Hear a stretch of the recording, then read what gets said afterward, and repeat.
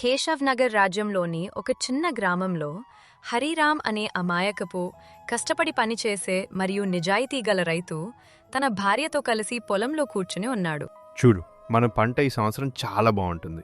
అవును, ఎందుకంటే మీ కష్టంతో పాటు నా పొలం మట్టిలో మీ శ్రమ తాలూకు చెమట కూడా కలిసి ఉంది. అవునా అర్చన? అవును, ఊరంతా మీరే కష్టపడేవారు మరియు నిజాయితీపరులు. మీ దగ్గర భూమి తక్కువగా ఉండవచ్చు, కానీ మీ మనసు మాత్రం చాలా పెద్దది.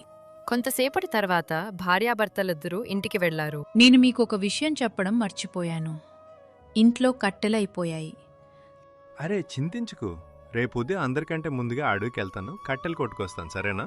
మరుసటి రోజు ఉదయం హరిరామ్ కట్టెలు కొట్టడానికి అడవికి వెళ్లాడు. హరిరామ్ ఒక చెట్టుపై గొడ్డలి విసరబోతుండగా పొదల్లో ఒక గాయపడిన కోతి మూలగడం చూశాడు. హే భగవంతుడా, బాబోయ్, ఈ కోతిని ఎవరో దారుణంగా గాయపరిచినట్టున్నారు. ఖచ్చితంగా ఏదైనా అడవి జంతువు దీనిపై దాడి చేసి ఉంటుంది. పాపం, దీని చెయ్యంతా రక్తంతో నిండిపోయింది. ఓహోహో. హరిరామ్ ఆ కోతి పక్కన కూర్చున్నాడు. కాస్త నువ్వు మాట్లాడగలితే నీకెక్కడ నొప్పిగా ఉందో చెప్పేవాడు.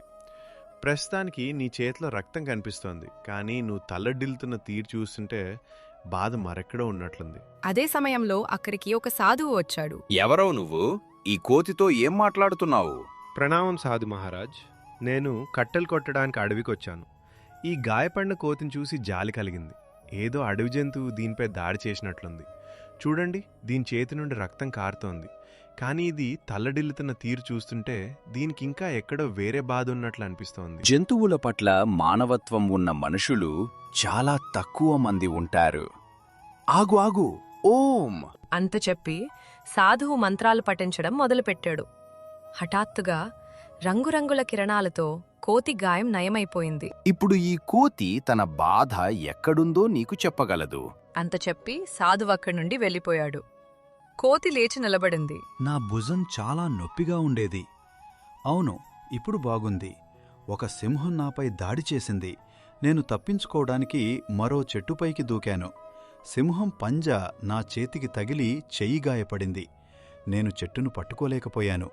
కింద పడిపోగానే నా భుజానికి పెద్ద దెబ్బ తగిలింది. అరే, నువ్వు అచ్చం మంచి గొంతుతో మాట్లాడుతున్నావే, ఇదెలా సాధ్యమైంది? ఆ సాధువు మంత్రం చదివినప్పుడు నాలో మాట్లాడే శక్తి వచ్చినట్టు అనిపించింది. నేను మాట్లాడాను. నా మాట నీకు వినిపించింది. ఇది ఆ సాధుబాబా చేసిన మహిమే అనిపిస్తోంది. అవును, అయితే ఒక విషయం చెప్పు, నువ్వు మా ఇంటికి వస్తావా? ఓహో, ఇప్పుడు నువ్వు నా ప్రాణం కాపాడేవు, కాబట్టి నేను నీతోనే అతుకుపోతాను. అంటే నేను నీతోనే ఉంటాను. నేను మనుషుల్లా మాట్లాడుతున్నాను కాబట్టి ఇక కోతులతో నేను వేరైపోయాను కదా. ఆ కోతులతో ఉండి నేనేం చేస్తాను? ఇకపై నీతో మనసారా మాట్లాడతాను. పద, నువ్వు నాకేదైనా పేరు పెట్టవచ్చు. చెప్పు, నా పేరు ఏం పెడతావు? భలే సరదా మాట్లాడుతాను. సరే, ఇప్పటినుంచి నిన్ను గోలు అని పిలుస్తాను. ఏంటి, పేరు బాగుందా? అవును, బావుంది. పద పద, ఇంటికి వెళ్దాం. ఇంటికి వెళ్ళాక అరే, అడవి నుండి ఈ కోతిని ఎందుకు పట్టుకొచ్చారు? హరిరామ్ జరిగిన విషయమంతా అర్చనకు చెప్పాడు. ఏంటి, నిజంగానే ఈ కోతి మాట్లాడగలదా? అరే, నువ్వే అడుగు, నీ పేరేంటి? నా పేరు గోలు. హరిరామ్ నా ప్రాణాలను కాపాడాడు. ఇప్పుడు నేను అతని స్నేహితుణ్ణి. స్నేహితుణ్ణే కాదు, మీ కుటుంబంలో ఒకణ్ణి. అవును. అర్చన ఆశ్చర్యపోయింది. కాలం గడుస్తోంది. గోలు రాకతో ఇంట్లో కొత్త ఉత్సాహం వచ్చింది. మెల్లగా గోలు అర్చన పనుల్లో సాయం చేయటం మొదలుపెట్టాడు. గోలు ఇప్పుడు హరిరామ్కి నిజమైన తోడుగా మారాడు. ఒకరోజు గోలు హరిరామ్తో ఇలా అన్నాడు. హరిరామ్, ఇప్పుడు నేను కూడా నీతో పాటు పొలానికి వస్తాను. ఇంట్లో కూర్చుని నేనేం చేస్తాను? నేను రావాలి. అరే గోలు, పొలం పని అంత తేలిక కాదు, చాలా కష్టపడాలి. అక్కడ నువ్వేం చేస్తావు? ఏం చేస్తానా? నేను కూడా నీతో కలిసి కష్టపడతాను. నన్ను తక్కువ కష్టపడేవాడిగా అనుకున్నావా ఏంటి? నాకు భయం ఏంటంటే ఊరువారు నిన్ను మాట్లాడడం చూస్తే ఏమనుకుంటారో. అరే, నేను నీతో మొదటిసారి మాట్లాడినప్పుడు నువ్వు భయపడ్డావా ఏంటి? చెప్పు. చూడుగోలు, నాకు లోకం తెలుసు. నిన్ను అర్థం చేసుకునేలా అందరు నాలాగా ఉండరు. ఓహో, నాకు లోకంతో ఏం సంబంధం? నాకు నీతో ఉంటే చాలు. నేను నీ స్నేహితుణ్ణి కాబట్టి నీతోనే ఉంటాను. హరిరామ్ నవ్వి మరుసటి రోజు గోలుని పొలానికి తీసుకెళ్లాడు. కొన్ని రోజుల్లోనే గోలు వ్యవసాయంలోని మెళకువలన్నీ నేర్చుకున్నాడు. ఇప్పుడు వాడు హరిరామ్కి నిజమైన సహాయకుడిగా మారాడు. హరిరామ్, ఈరోజు మట్టి చాలా బరువుగా అనిపిస్తోంది. గోలు, నువ్విప్పుడు పక్కా రైతు అయిపోయావు. మట్టిలోని తేడాను కూడా కనిపెడుతున్నావు. గోలు గురించి ఊరంతా చెప్పుకోవడం మొదలుపెట్టారు. చివరికి ఈ విషయం జమీందార్ చౌదరి చెవున పడింది. ఏంటి, హరిరామ్ ఇంట్లో మనుషుల్లా మాట్లాడే కోతుందా? అవును జమీందార్ గారు, నేను స్వయంగా చూశాను. అరే, నేను కూడా మాట్లాడటం విన్నాను. మొదట నేను భయపడిపోయాను. అన్నయ్య, ఆ కోతితో ప్రదర్శనలిప్పిస్తే మంచి సంపాదన వస్తుంది. భలే మాట చెప్పావు భీమా. ఈ హరిరామ్ భూమిపై నా కన్ను చాలా కాలంగా ఉంది. మిగతా వారందరూ నా అప్పుల్లో మునిగిపోయారు. కానీ ఈ హరిరామ్ గాడు మాత్రం ఎప్పుడూ లొలంగలేదు. అతని భూమి చాలా సారవంతమైనది భీమా. బంజరులో కూడా పంట పండుతుంది. అందులో మట్టి గొప్పదనం ఏమీ లేదు జమీందార్ గారు. అతని అదృష్టం బావుంది. కాని ఏ రోజైతే ఆ అదృష్టం తారుమారవుతుందో ఆ రోజే ఆ పొలం నాదవుతుంది. హరిరామ్ నా కాళ్ళ దగ్గరుంటాడు. చూడు నువ్వు. సమయం గడుస్తోంది.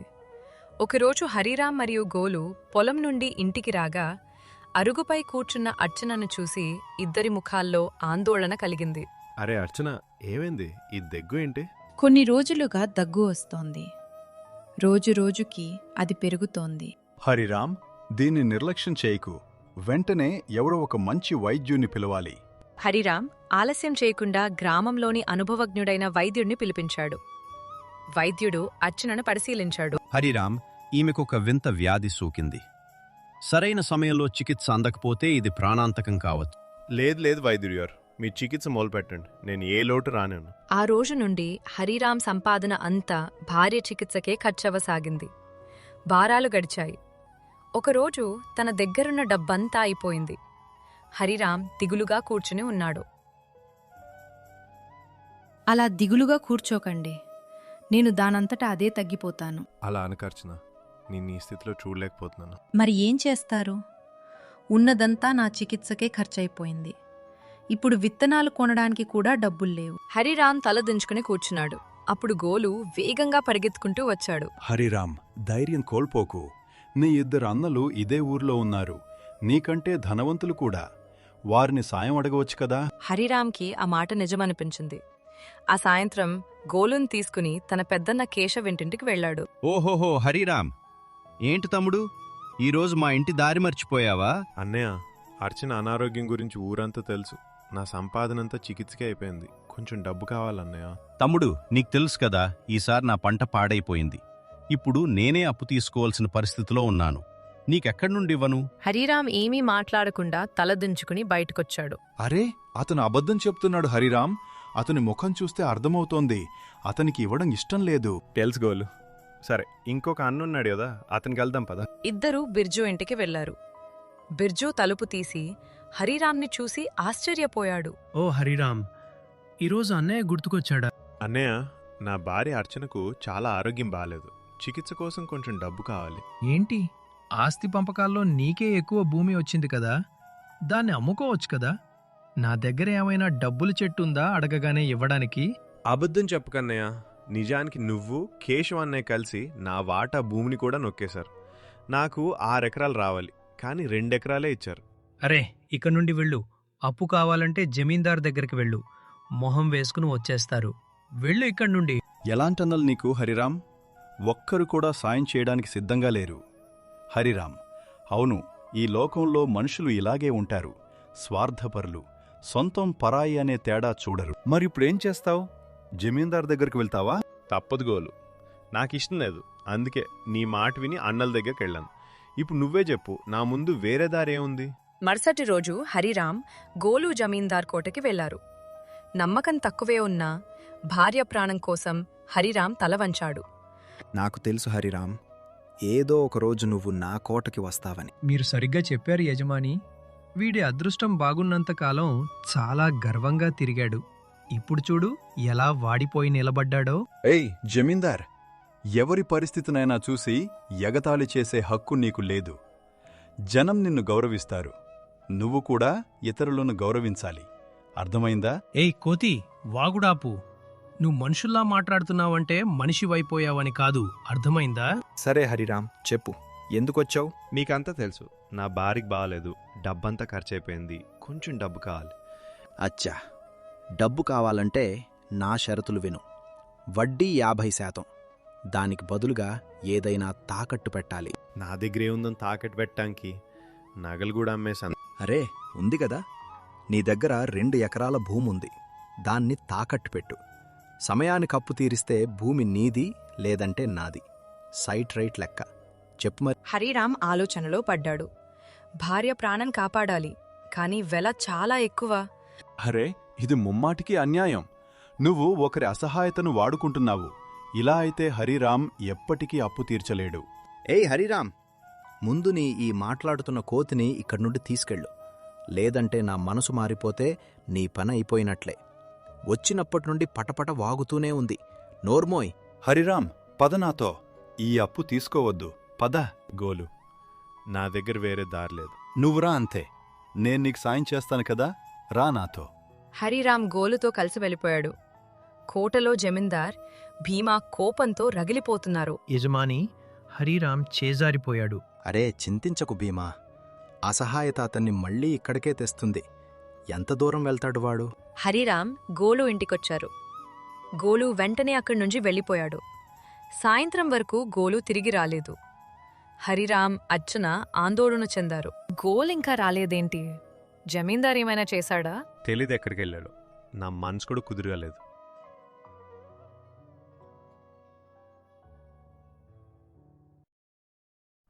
రాత్రి గడిచింది. ఉదయం సూర్యకిరణాలతో పాటు గోలు అక్కడికొచ్చాడు. ఇతర ఒక మెరుస్తున్న సంజీవుని లాంటి మూలిక ఉంది. అరే గోలు, ఎక్కడికి వెళ్ళావు? నీకేమైందని భయపడ్డాం. నేను అడవికి వెళ్ళాను, నాకు మాట్లాడే శక్తిని ఇచ్చిన ఆ సాధువును వెతుక్కుంటూ. ఆయనకు అంతా చెప్పాను. ఆయన దయతో ఈ మూలికను ఇచ్చారు.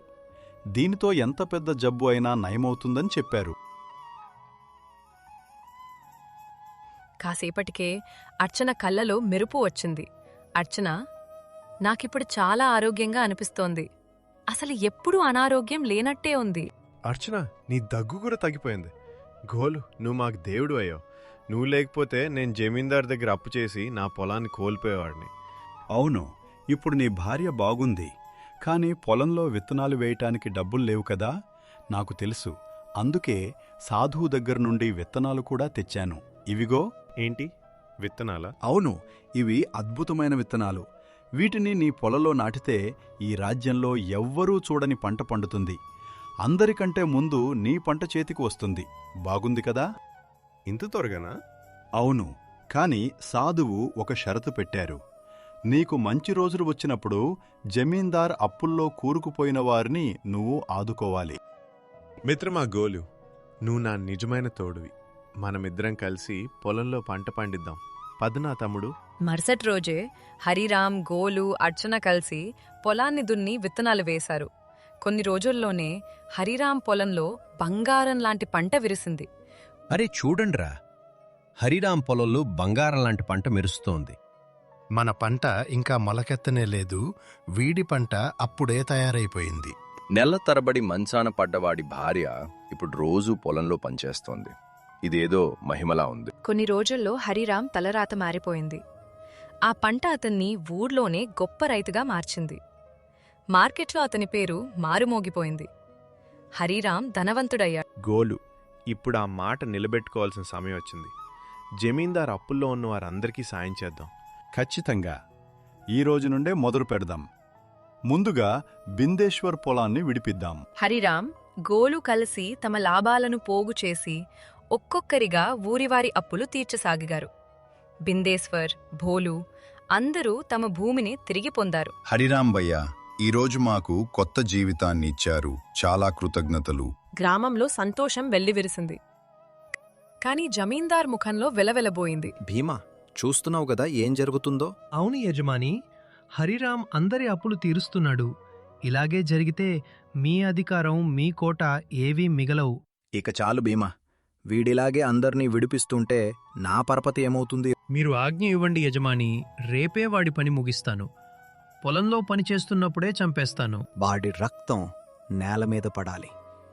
ఊరి జనం గుండెల్లో వణుకు పుట్టేలా చంపేయి. వెళ్ళు, హరిరామ్ని అంతం చే.